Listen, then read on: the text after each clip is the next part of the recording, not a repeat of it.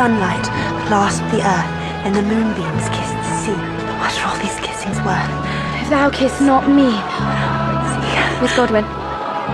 Yes. I am Mrs. Shelley. Harriet Shelley. And this is Ianthe, our daughter.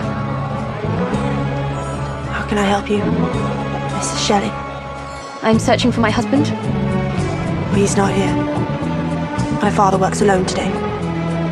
I cannot help you any further. Miss Godwin. Stay away from Percy. Did you know I ran away with Percy when I was a girl? Your husband is my father's student. Nothing more.